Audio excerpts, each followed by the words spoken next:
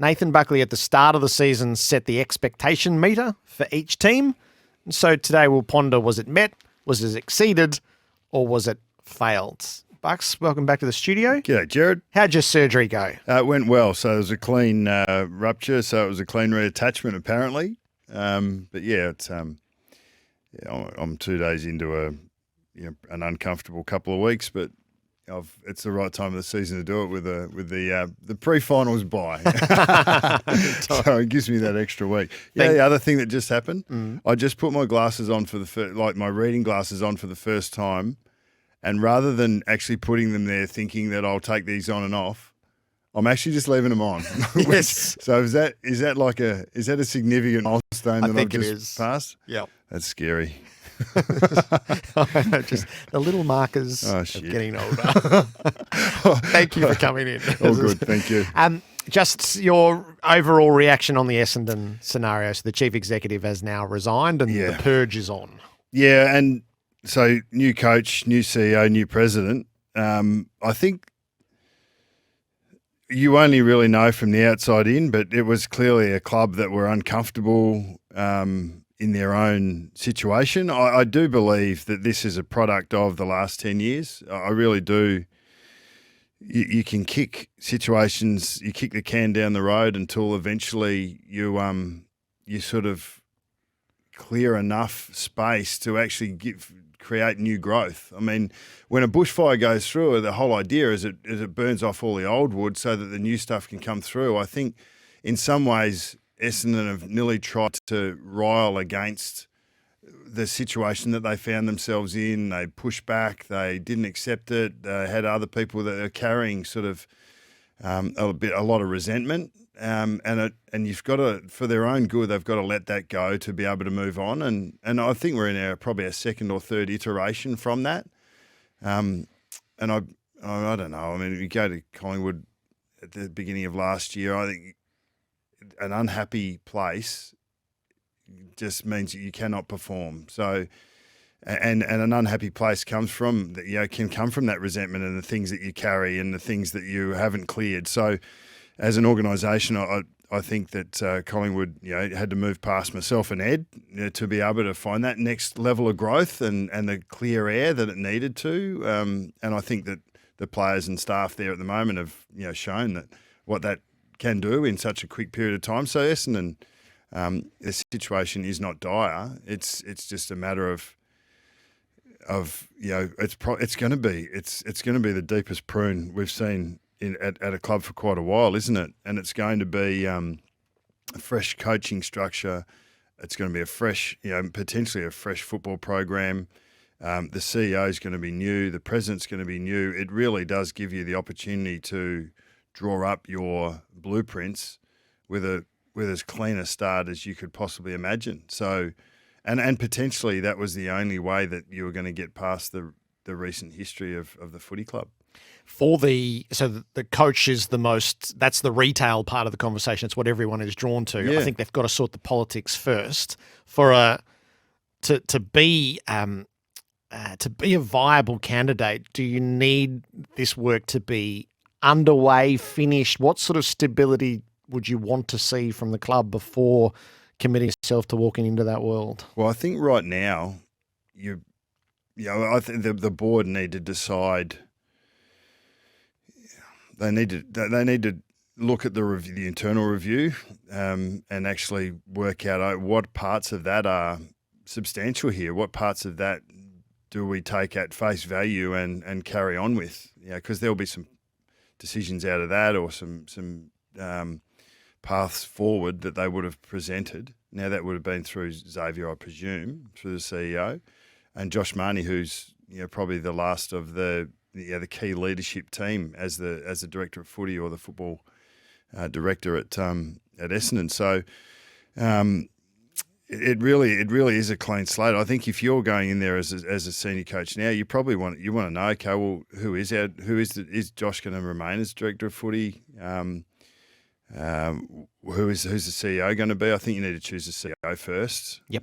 But I don't think you want to be in a hurry. I think you need to there's a lot of balls in the air, but eventually you've got to sort of start plugging in those main roles, and then you build from that. The way I've always described it is you get the skeleton right. So you put the skeleton in right, and I think that's your leadership and that's your people.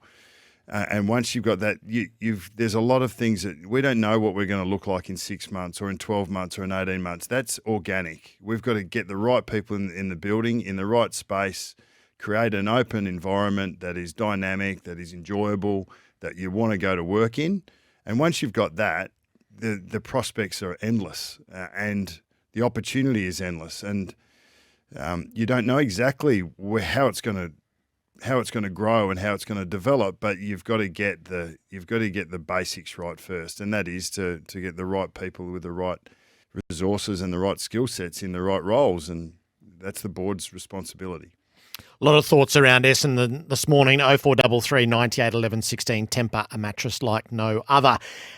Today's task, so the expectation meter, is a great exercise to run at the start of the year because we are so tyrannical in what we allow to be regarded as a successful season. Yeah. Like there's the railing against the idea that Carlton have had a successful season. I think they clearly have, but let's find out. So you said what was fair expectation at the start of the year in your eyes, and we're going to divide these up into met expectation, exceeded expectation, and failed expectation. So we're going to work from the inside of the ladder out. So let's start with the Blues at 12 I haven't seen and it 10. done this way before, but I don't mind it. 12 and 10, the Blues, they finished ninth. We know the tale of woe from Sunday. Well, I had them at the beginning of the year. I had them between 8 wins and 13, and they finished with 12.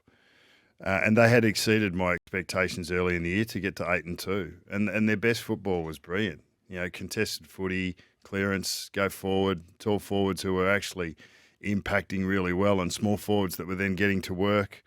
Their best is a top four side, and we even saw that at the end without Kennedy, without Hewitt, without Walsh in those last two games. Well, Walsh played the Melbourne game, but they nearly beat two top four sides. They ran them to within a kick of winning both games, and probably should have won both. But their back half of the season, they'd be disappointed, 4 and 8. So I thought they met expectations at the end, but they definitely had exceeded them early. St Kilda started 8 and 3, came home 3 and 8, and have called their own review as a result. 10th, 11 and 11. Yeah, well, I had them at winning as little as 8 and as much as 12. So they were and they won 11. So they met expectations across the year. But once again, at 8 and 3, they had exceeded, and I was mystified as to how they were doing it. I thought their defensive stuff worked really well. Josh Battle, Howard, Wilkie were really strong early in the year. Sinclair was a standout, but he was continuing his form of the last couple of years. What they had at the beginning of the year that they didn't have late in the year was their offensive efficiency. Higgins, King, Membry were three of the most damaging in the top 10. You kick to them, you score. Yep. They were 3 in the top 10 when it got to halfway through the year, and they lost that offensive efficiency. So whether it was those players dropping off, whether it was some form of structure change, or whether it was the opposition just working them out and defending them better, St Kilda just couldn't sustain that, went 3 and 8 in the back half. So Carlton and St Kilda meet expectation, but by a very curious route, which colours the whole thing, doesn't it? Yeah, well, I think they both exceeded early and probably both lower than expectation in the second half. The Bulldogs made the 8, 12 and 10. They got to 8th 3 times during the year and couldn't hold on for longer than a week, but when the music stopped, here they are. Where have you got the Dogs? Well, I had them as unders. I thought that they would the fewest number of wins they'd get would 13. I had them up to 17, and obviously off a grand final last year, and we know what legacy does that leave? What marks does that leave in the players when you get smacked in that last quarter and a half the way they did? But they've been a mystifying team. Their DNA not as consistent around their contested ball and clearance. Bontempelli was hobbled early, which really hurt them. And there's been question marks over their key defensive posts and the support for Norton. Bruce was a big out, and he'd been there in previous years. And Alex Keith missed a big part of it. So they've really limped in to 8th position. But this is a position that Luke Beveridge and the Dogs don't mind to be in when everyone sort of counts them out, and I reckon they're even money going over to Freo. They do a 4-week campaign better than any political party I've ever seen. But I still reckon right now, like where they've qualified, I think they're unders. Port Adelaide 10 and 12, they finish 11th. Yeah, I had them as unders. I thought they would be. I had them as a lock for top 8, and I had them. But I did have them as swingers. I thought they'd be anywhere down to 12 wins, anywhere up to 17, and they end up with 10. So I had them as underachievers. 0-5 was a really bad start. Even with Kenny saying, that's all right, we can still make finals. No Charlie Dixon hurt early. And in the end, we sort of say, okay, well, Rosie and Butters have gone in the midfield and it's freshened it up and it's looked great. And Rosie's had a standout season and continued his rise. And everyone says, well, why didn't you do it earlier? Young players not every young player is ready. So just because they can do it in the second half of the season doesn't mean that they're ready to do it in the first half of the season. So this is natural evolution. It was forced in some way. Marshall was a real positive. Houston a real positive. Pau Pepper towards the end was real good. Georgiades shows flashes but needs to harden up and do it more consistently. But their defence just wasn't as strong. So I think that's where they fell down. Richmond finished 7th with 13.5 wins. Where have you got the Tigers? Yeah, well, I thought they met. I think a lot of people, that would be overs, but I thought they met. I had them as a lock. I thought they could win as many as 16, and I had them for as little as 11. So they got 13.5, and they've just rewired. You know, no Grimes is a big question mark going forward, but their forward line in the 2020 granny was Castagna, Lambert, Martin, Rioli, Edwards, Rewalt, Lynch. So now they've got Cumberland in there. They've got Sonzi who's going in there. Bolton, who's probably replacing Dustin Martin as the match winner. And they've got Morris Rioli instead of the halfback Rioli now, who has played an amazing season. So we've had constant change and rewiring, but as I said on Monday, they've kicked 200 goals from turnover this year, and the last time that was done was them in 2018. So they're offensive, and then the number one offense in the competition right now by a point over Brisbane. We'll talk about that next week. Gold Coast 12th, the equal of their best season in the competition, 10 and 12. They've spent 8 years trying to get back to this point after sacking Guy McKenna. Well, it's definitely a step forward. They got to 7 and 6 and went into round 15 and lost lost the game to Port by 2 points and lost that game to Collingwood by 5 points.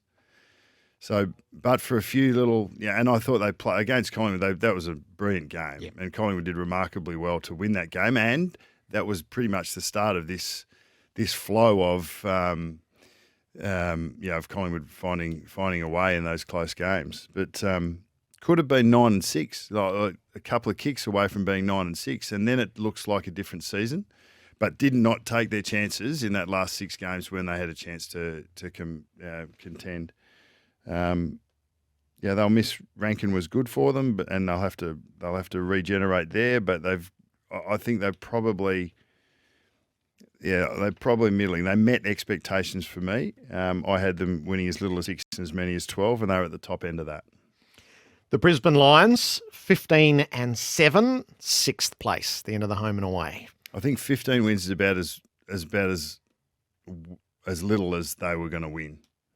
And I've got them as meeting expectations in that regard, but I reckon they're the ones that have crept into the meeting expectations by the barest. I think defensively they've just really dropped off.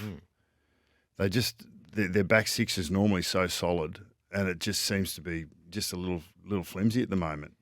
Yeah, they're still scoring heavily, but they're not. But there's just opening up, coming back the other way.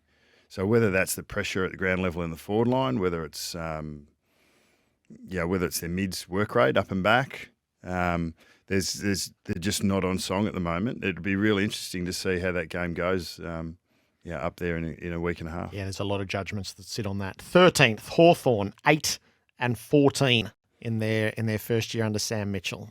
Yeah, I had them as little as 6 and as many as 12, but they really surprised me. I mean, I thought so 8 is about in the middle of that, so they met expectations for me. But early in the season, I thought they were performing far better than I expected them to. I think they've got a really wide and deep group of players that are going to come through and build experience and shared experience, together, which is really interesting. I think Newcombe was a revelation. You've just got. I think they've just got. Sam Mitchell's coached these guys through the VFL. He's got 6 to 8 of them that are coming through at the same time. McDonald, Ward, etc. I just think that that they've built really well. Their best looked really good, and their back half ball movement through to scoring was really effective early. That got worked out a little bit, but I still I loved their energy throughout the whole year. I thought that they didn't ever put up the white flag, and I thought that's just a positive step forward to meet expectations for me. And Fremantle returned to the finals, 15.5 wins to finish 5th. They exceeded expectations. So, and I only had the two, Fremantle and Collingwood, that went over expectations. And Fremantle, I thought they were brilliant. The first half of the year, their defensive profile, as we all spoke about, was as good as any. Transition defence, so hard to move the ball against, so hard to score against, so hard to get the ball inside 50 against, let alone score. But that's flipped, and it nearly flipped on its head. So they're a very different side towards the end of the year than they were at the beginning of the year. But and they've got some personnel problems going into the finals. But I thought they'd win as little as 10 and as many as 14, and to be in a 15-win season definitely exceeded my expectations. We are up to Adelaide, who finished 14th with 8 wins and 14 losses. Yeah, well, they met for me. I had them as little as 5 and as many as 10. So they met expectation for me. I thought that, they had a couple of close losses early in the season, but they just maintained the rage. It was a really disappointing way to finish the year against Port Adelaide, and when you're in a showdown and you lose, no one likes that. At any point of the year, but I thought they introduced some young players that continued to bring energy. I think their DNA really is around work rate and pressure. And when you see 2 players like Sam Berry and Rory Laird go through the midfield and they're having 12 to 15 tackles a game, and really, like that Collingwood game was like 125 tackles to 110. That was an exceptional game. So they really did. I thought they brought that relatively consistently. Taylor Walker had a standout year. Fogarty came on late in the last 6 to 8, which is a real, positive for them. But I had them, at the top end of meeting expectations. Collingwood 16-6. They finished 4th. You were the most optimistic, and they even exceeded that. They did, and I had them as so. Port Adelaide, Collingwood, Carlton and West Coast were my biggest swing teams, the biggest gap between what I thought their worst and best seasons could be. And I had Collingwood as little as 8 wins and as many as 15. So they've exceeded even my best expectations of them. And that was around getting a really solid and consistent run with the senior leadership and with young players coming up and playing those important cameos. And we've seen that and more. The capacity to win the close games. You've got to give credit to the football program to be able to free the players up offensively. There's no doubt that forward ball movement, the chaos theory of just taking forward yards, it makes them really hard to pressure because they get from the inside to the outside quickly with clean use. But if they don't get out cleanly, they're happy just to kick it forward and then to take the contest towards their goals, and that's a real game plan shift from the previous regime. But the real strength is still the capacity to defend, and the pressure on ball with the intercept markers in layers behind the ball is the thing that has set up that quick offence, and their defence is as strong as any. So to win 16 games definitely exceeded my expectations. Essendon finished 15th, 7-15. We know what that has looked like. Yeah, and I had them as little as 11, as many as 14. So they weren't a big swing team. I just thought they'd be solid in that block. So to only win 7 games is unders. They had a really tough draw they played, I think it was Melbourne, Geelong and Brisbane in the first 3 weeks. So they were playing, the Dogs were in there as well. So they played the 2 grand final sides, and then I think they played Geelong was the other side. So they were 0-3, and they didn't actually look likely in either of those games. Then they had a narrow win against Adelaide, and then they played Freo, which everyone thought they were going to win. And at that stage, Freo were probably the best defensive side in the competition at that point, and Freo beat them at Marvel. So that's when the wheels started getting shaky, because I thought, here's a game that we expected to win that we didn't win. They didn't recover from that. They didn't recover from their own expectations, in my opinion, internally or externally. And they, despite finding form for 5 or 6 weeks when there was nothing to lose and nothing to gain through the sort of middle, sort of the third quarter of the year, if we call it that, they just were unable to find a consistent DNA to leverage off, and therefore well and truly under expectations. Sydney finished third, 16 wins and 6 losses. Yeah, I had them minimum 14, maximum 17, so they were at the top end of meeting my expectations. I thought that at the beginning of the year I had them as the team that I thought by this stage would be the major contender for Melbourne's premiership prospects. Yep. And I think Geelong have taken that mantle, and so it's probably Geelong and Melbourne, but I have Sydney right up there as well. And I think they came late. Even 2/3 through the year, I was sort of felt like they were just middling. They sort of weren't quite nailing it. So even though they were winning games, I thought they were a little bit unders from what I expected their growth to be. But that last 6-7 weeks has really come. It's come off the back of really good forward pressure, a focus on getting after the ball carrier when the opposition have it. And that intensity in their pressure around the ball has risen their game to another level, both offensively and defensively. So they're in really good shape. The Giants 16th, 6-12, and they've named the new coach yesterday. Yeah, and Adam Kingsley will be a beauty. And to go off tangent a little bit, if Essendon are looking for an experienced coach, I hope it's not just an experienced senior coach, because Adam Kingsley is an experienced coach. He's been through the ringer a few times. And so GWS have a very experienced coach in Adam Kingsley going into that role.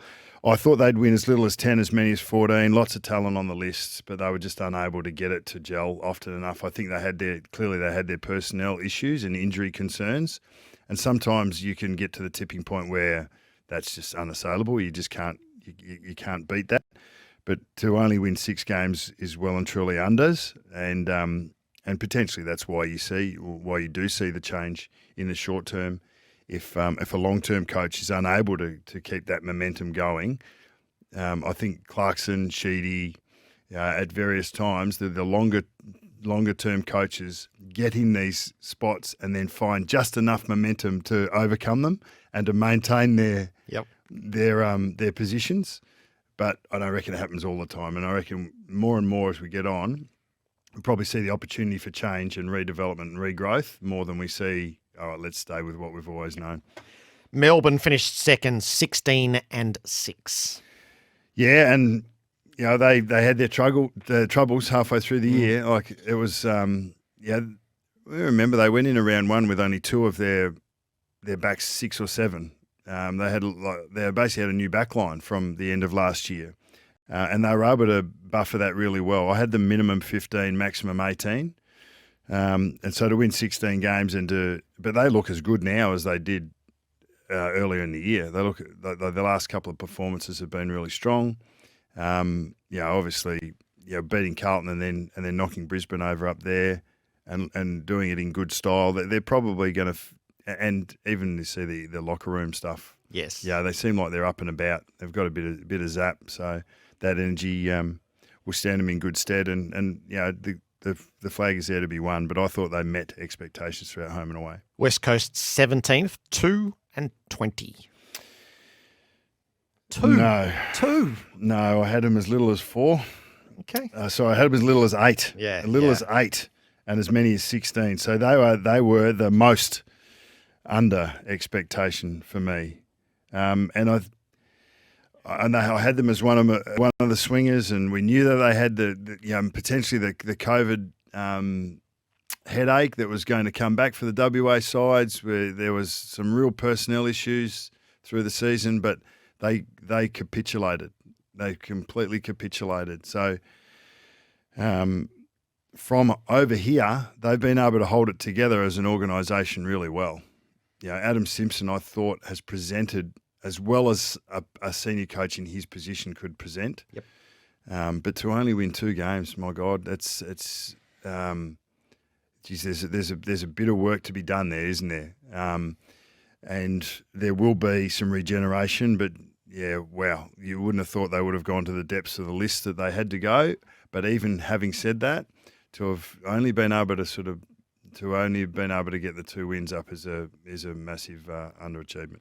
Geelong finished on top, 18 wins and 4 losses. Yeah, and 18's the top of what I had them between 14 and 18, so they met expectation, which is a bit rough. I think if I had to go right now and take away what I think I think they've exceeded. I probably have them right up the top of meeting, and right at the bottom of exceeding, because they have been brilliant. Couldn't have asked any more from them, off the field, on the field. Players like Cameron having a career best. Stengel comes in and plays his role remarkably well. Brad Close, just keeps going, strength to strength, and has become a really important part of their last 6 to 8 weeks. DeConning down back. Zach Guthrie, becomes a constant and that goes next to Cam Guthrie. Dangerfield, who's played a bit piece. Selwood, who's been up and down, but in and out, but then still there as an experienced leader. Smith, Hawkins, keep going. They've done really well with their list management. They've done really well with their home and away. They've qualified exactly where they want to be. And I reckon they're a 50-50 chance against Collingwood in the first final. I can't wait for next Tuesday already. Last one, North Melbourne, 2-20. Yeah, I had them as little as 4 and as many as 8. It was always going to be a tough year for North Melbourne. But against the other 2 inside, they weren't expected to go, as well as West Coast. So they're the second least disappointing side, I suppose, with that drop off. But yeah, they weren't able to find any sustainable, consistent form. They have found some players, in the second half of the year though, and that comes from development, and it takes time. And we want all these things to come in a rush, but they don't.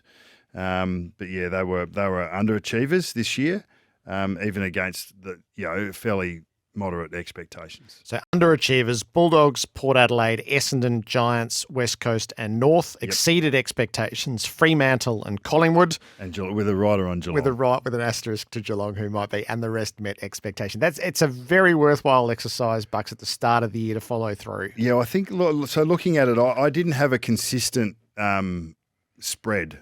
So a bracket, a consistent bracket. I didn't have a consistent bracket. So I had like 4 games for the ones that I thought were solid. I had 4 games between their lowest and their highest. And then, so I think I'll try and keep that a little more regimented going forward, because it's not a bad way to look at it. I think what in their best season, what can they do? In their worst season, what do you think it'll be? It's actually not a bad way to. It gives more scope for teams to actually meet and exceed expectations than otherwise, because there's got to be another way to measure other than top 8. And I have had some teams, so Freo and Collingwood have gone overs, and they both made the 8. But there's teams that have met expectations that haven't made finals.